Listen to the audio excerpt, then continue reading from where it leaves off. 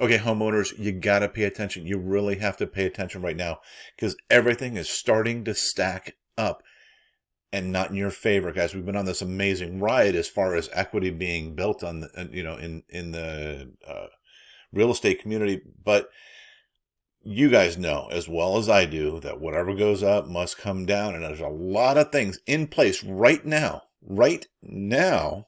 that is potentially going to shift that. Yeah, I know we have really, really low inventory still and way more demand. But when we start factoring all these different things in, especially what's happened today that I'm recording this video, what's happened today is, I believe, going to change the way things go forward from this point on.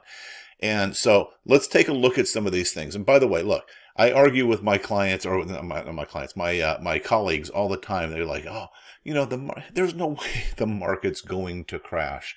There's too low of inventory, too high of demand. Rates are still good and all this stuff. And it's like, yeah. But you know what that reminds me of? It reminds me back in 2008 when everybody was standing around going, this is never going to come to an end. It's never going to end. This is crazy. Boy, we're just making money, right? As far as sellers goes, and buyers are like going, oh my gosh, how do we keep up with this, right? And so it was supply and demand, houses being sold. And then when the market did take a turn, granted, different reasons, every time it's different reasons. It's never always the same reason.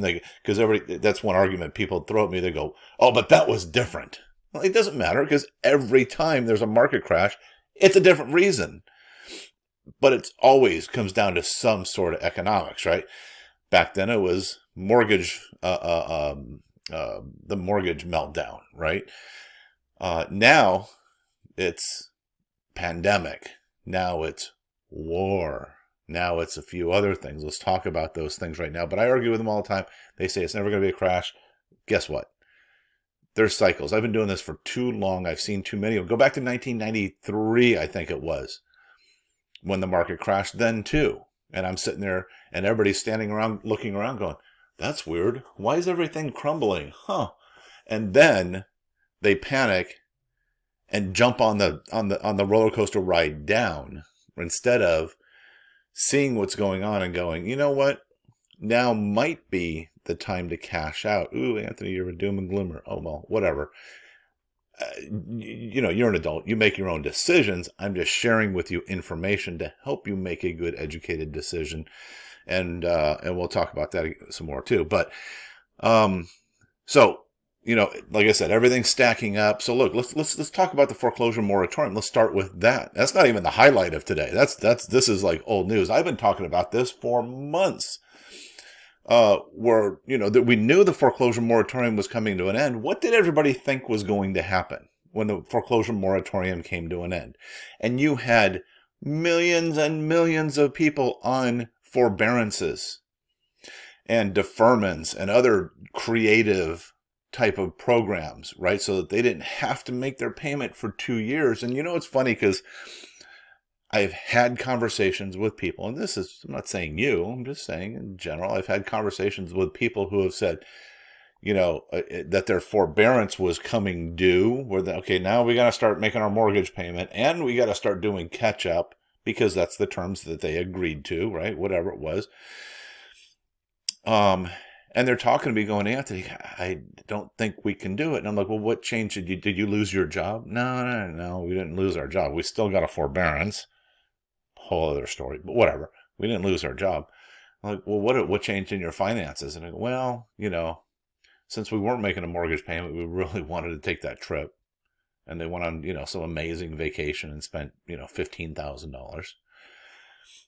And then because they weren't making a mortgage payment, they're like, gosh, well, we can afford that new Escalade now.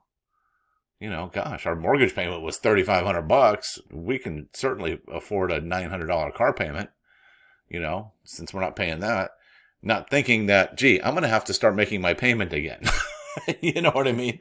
And so we had a lot of those. So what did you think was going to happen when it came to an end? Well, I'm going to tell you what happened when it came to an end. So For example, right now, here, this is in Orange County, California. It's where I work. It's where I live. This is the area that I service, Southern California, but we're specifically looking at Orange County, California.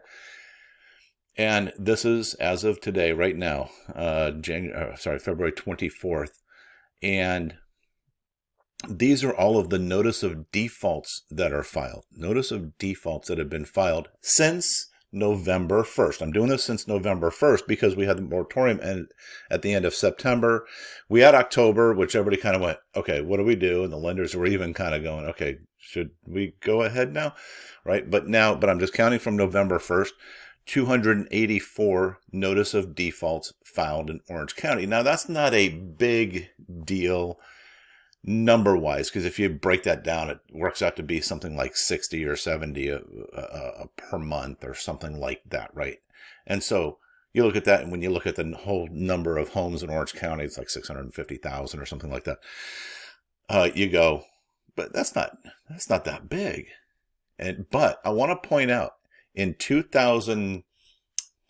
late 2006, maybe early 2007, I was in my office, selling real estate. It's what I was doing, right? And the TV was on. It was the news. And as at lunchtime, and the news anchor says, is this the end of this crazy real estate market? Because remember, at that time, if you were around at that time, the market was skyrocketing like it is now for prices, in demand, not enough homes, too many buyers, but prices were skyrocketing. And the news anchor said, foreclosures in Orange County, specifically Orange County they were talking about, foreclosures in Orange County double in 1 month, right? Like that was like the big, like, whoa. What? And it got me, as a real estate agent, I was like, what the heck? Double in 1 month? Because I hadn't been paying attention to foreclosures because, it was kind of like a thing where you go, well, wait a minute. I've got a bunch of equity. If I can't if I can't make my payment, I sell the house and I put a big bag of cash in my pocket. So there weren't really any foreclosures, right? So I ran to my computer and I said, how many foreclosures are there in Orange County? My God. I ran in, logged in, looked, and of course, typical news hype media, foreclosures doubled from 3 to 7. Whoa.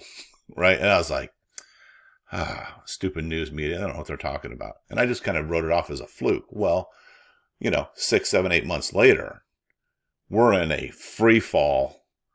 And I mean fast. And I can tell you this too, because I've been through this several times with the market. We always fall a lot faster than we go up. Always, every single time. So when we look at this, we go, okay, Orange County, there's 284. Look at, Aliso Viejo, you got 28, Anaheim, 27, Irvine, 25, notice of default, Santa Ana 22, right? Huntington Beach, Garden Grove, Laguna, and just a little smattering of them here and there, which again, if you look at it in the big giant grand scheme, you go, that's not really that much, but it's starting to show a little bit of a trend. But here's what's really important and interesting is the second part of that. So when you're in default, you get a notice. It's a recorded document. It says notice of default. You're in default. You have 90 days to correct this. Okay. Well, when you go to the next step, it says, okay, 90 days have passed. You did not correct this. Now you get a notice of trustee sale. This is saying, okay, we are selling your house at auction on this date. And it's usually 3 weeks, around 3 weeks or 4 weeks or something like that. Okay. And remember this number, 284 notice of defaults filed. But when we look at notice of trustee sales filed, 465, almost 200 more notice of trustee sales filed than there were notice of defaults. How is that possible? Because you have to have a notice of default to even get to the point of notice of trustee sale. And normally what happens with notice of defaults is the notice of, let's say this many notice of defaults are filed. Some people will bring their mortgage current, so there's only this many notice of defaults remaining. Some people will sell their house, and so there's only this many remaining. So how do we go from having this many notice of defaults to this many notice of trustee sales? Well, it's because for the entire foreclosure moratorium, lenders were not allowed to foreclose, i.e. they couldn't do the notice of trustee sale and sell the house, okay? But they were still filing the notice of defaults. They still file the notice of defaults, and they technically don't expire, so they could have filed it, 2 years ago. And as long as you're still in default, when the moratorium lifted, all of a sudden, all of these, they said, okay, fine, here's all the notice of trustee sales. So now we got almost 500 notice of trustee sales, properties that are being sold at auction in Orange County, California. Okay, that's a sign. That's a little sign. That's a little trend. Okay, but not that big of a deal because we got really low inventory, low rates, all this stuff, right? Well, let's talk about that. Oh, and by the way, and it's funny because only 32 homes that were in notice of default, or at least reported as notice of default, were sold through the MLS. It appears that if a lot of these homes are being sold, they're either letting it go into foreclosure, which I don't know why you would ever do that. I have another video. I'll put a link up here somewhere that you can watch that says do not take, or do not let it go into foreclosure. And also do not sell your foreclosure property to a cash investor. Don't do it. You're going to lose a ton of equity right now and take a bunch of money out of your pocket. Watch that video. This is a whole separate video. So, but I guarantee you a lot of these people just called one of those ads that says, we'll buy your house for cash. And they gave away, a huge part of their equity. Don't do it. Okay. So let's go to the next part of this thing, of everything that's stacking up. And I spent a lot of time on that, but it's important. So interest rates are going up. We're hearing the stories, right? Yeah, but it's only a little bit. It's only a little bit here and there and blah, blah, blah, and all that stuff, right? But you got to understand something. For every 1% that the interest rate increases, that takes away approximately $60,000 in purchasing power from the home buyer. Okay. So now if you've got, all these buyers, and then suddenly that buyer pool shrinks by this much for your price range, your home is in this price range. Okay. You got this many buyers. Oops. That now only this many buyers. Oh, went up again. Only this many buyers, right? And rates have to go up, with this inflation and all this stuff. The only way that we can deal with that inflation, or one of the only ways we can deal with that inflation, is for rates to go up. It's just a part of that process, right? And so if you look in here and just go do a search yourself, for yourself any day, see what's going on. Interest rates today. And you don't even have to, open the articles, but look, best interest rate today, whatever, February 24th. That's the day that I'm doing this. Rates trend higher. Rates stall at highest point in 12 months. Rates spike to pre-pandemic levels. Okay. Look at right here, APR 4.09%. So now we're breaching that 4% mark, right? And you can just go through and you can go through and look at the different articles and things like that. Look at 4.24%, depending on which program you're looking at, I guess. So rates are going up. And again, if they're going up, and they're going up pretty quick, we think of it as just, it's just little tiny increments, which it is. But if you look at it, as a trend compared to where it was just a couple of months ago, it's kind of going up pretty quick. Okay, so where's it going to go to?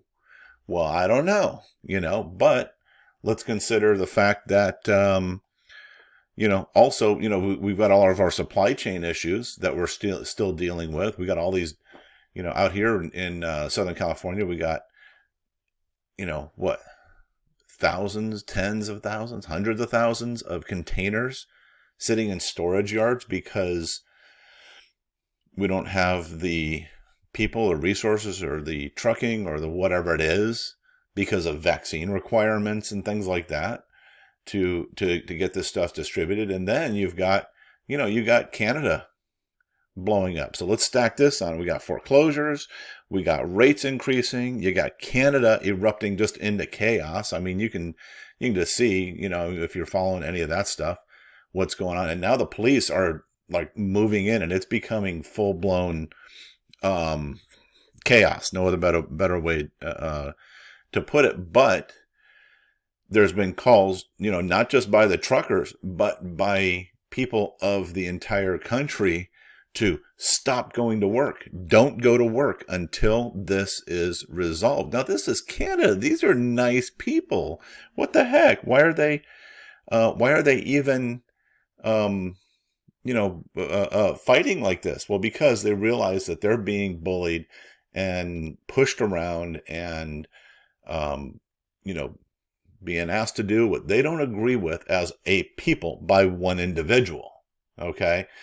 Who, I'm not going to get into that whole thing. I have my views, but it affects the supply chain even more, right? Because we have commerce that goes back and forth across the Canada borders, and the bridges are closed and whatnot. Truckers are shut down. People are deciding not to go to work to stand their ground against this. Does this affect us? Yeah. So add that. Foreclosures, rates increasing, Canada erupting. And then, of course, the news today, right? Let's play a little bit of this here. Russia's launching an attack on the Ukraine. Oh, wait, that's Russia. That doesn't affect us. Well, pay attention and watch and see, because it does affect us. Ukraine is a source of energy, right? Oil and things like that we have imported here. You can see that... you can look, just go do a search, Ukraine invasion, right? Oh, and I didn't spell it right, but invasion, you got, bombs and things going off. It's all over. Look at all the live coverage going on right now. It's a big, big deal. And as a result, look at oil prices, right? We thought gas prices were high already. Watch this. Now it's at $93 a barrel. And actually, and this chart actually might be a little bit behind, because I just saw something else that said that the cost per barrel actually went up over $100 per barrel. Okay, so do you think that that's going to affect us? Do you think that it's, especially here in California, where we got crazy taxes on our gas, where we're already at $5 a gallon? Okay, and so you just look at that, and then I don't think we have the brightest bulb in the box steering the ship when it comes to all this stuff. That's my opinion. Take it or leave it. I don't care if you like it or not. And I have a feeling that it's going to put us in a situation where we're going to be in trouble. I'll tell you, one of my biggest fears right now. I mean, for God's sakes, come on. Okay, look, historically, we always seem to have our hand in something, and this is the politicians, because I know it's not you that's saying, let's go get involved in the Ukraine. It's definitely not me. I don't want to do that. I want to go to work every day. I want to take care of my family. I want to, just live life the way that it's supposed to be lived, and have a good life. Let them live their life and all that stuff. But it's our politicians, it's people who are, seeking power and control and all that stuff. Figure out what all that stuff is, that, we don't have control over, really. And, but as a result, it really affects us. And my biggest concern, I'm going to tell you, when I saw that, we're going to go head to head with Russia. You got to be kidding me. Are we talking about World War III? I don't know, but it's freaking me out. And, so I don't know if it's freaking you out. Hey, comment on all this stuff that I'm talking about. I might be off my rocker, man. I might be crazy, lunatic, conspiracy theory guy, whatever. I put it in the comments. I'm interested in your opinion on all of this. But why I put all this together is because I wanted to share with you. I know there's homeowners that are sitting out there right now, and they're going to be just like it was in 2008, right? when the market was in a free fall and they were standing around going, that's weird. Gosh, what's crumbling, right? And it's like a roller coaster. You get on a roller coaster and you're going up for the ride, and man, oh, it's going to be so fun. It's great. It's cool. You're in anticipation. You've been looking forward to this. It's going up and up and up. Never seems like it's going to stop. And then you go down. But the difference is in an amusement park roller coaster, you go down, you get that adrenaline rush, and then you lived and you get off the ride and you go have fun on another ride, right? Well, in the real estate market, because I've seen this happen several times, it's kind of like coming over the top, and you start going down and people start screaming and yelling, and then that screaming and yelling becomes terror because they realize, oh my gosh, I've got equity flying out the window like it's nothing. And then they realize, holy cow, there's no track there. And then you got bodies flying everywhere. Sorry, that's being gruesome, but that's kind of that's what happens. I said we go down faster, way quicker than we go up in the real estate market, and it is absolutely true. So I'm telling you this because if you've been thinking about selling your house, it's something to seriously consider. It is something very serious to consider right now. I mean, like right now, because if you wait 3, 4, 5, 6, 8 weeks down the road, and the thing I said that that's freaking me out is that I've got a 20-year-old son, I got a 16-year-old daughter, and if we go head to head with Russia, I mean, are they going to start drafting? Something like that. It just makes me sick thinking about it, right? But if going back to your house, if you got a house and you've been thinking about selling, I'm saying, hey, probably now is the good time. So, but why would you do that? Well, especially like if you bought in the last 5 years or something like that, and you've got 100,000, 200,000 or more in equity, at least here in Orange County, California. I know that that's the case. Right? I've got people, I've sold condos to people in the last 5 years, and they're calling me up going, what the heck? I'm rich.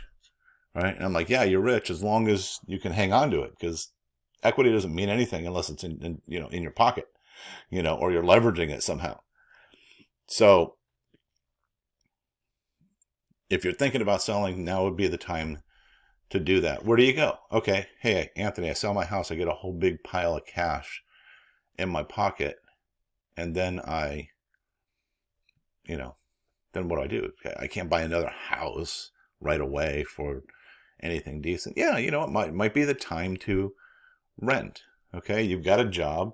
So you have your job, you're renting. Now you've got a big pile of cash sitting in the bank that now you can leverage. You can also live off of comfortably if you need to. If things really hit the fan, you're in a better position than somebody who's going, oh my gosh, I'm in my house, I can barely afford it, and I have no safety net, right?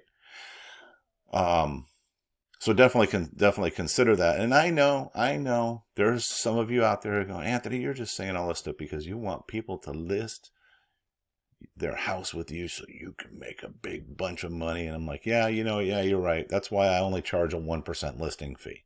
That's right. You know what? I don't care if you believe that or not. My job has always been to look out for the best interest of my clients and the people I know, my friends, the family, everybody that I care about.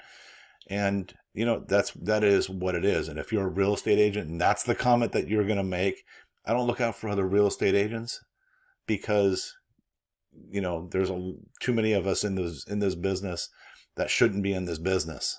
Okay, so that's what I had to say about that. I'm making enemies. Oh my gosh. So, but I'm curious, what do you have to say about it? Put it in the comments. And and if you are in the Orange County area or Southern California, anywhere in Southern California actually, and you're thinking about selling, let me know. Yes, I would be happy to help you out. Yes, it does feed my family and put food on the table and shoes on their feet. But my promise to you is, we're going to do everything. We're going to go as hard as we can to make sure that you're maximizing whatever it is that you can get from the sale of your house. moving forward. So guys, it's stacking up. It is stacking up, and you need to really think about some things, right? Just time to think about some things. So, hey, there's probably some other video popping up on the screen right now that you should watch too. So check that out. And we will talk to you soon. Take care.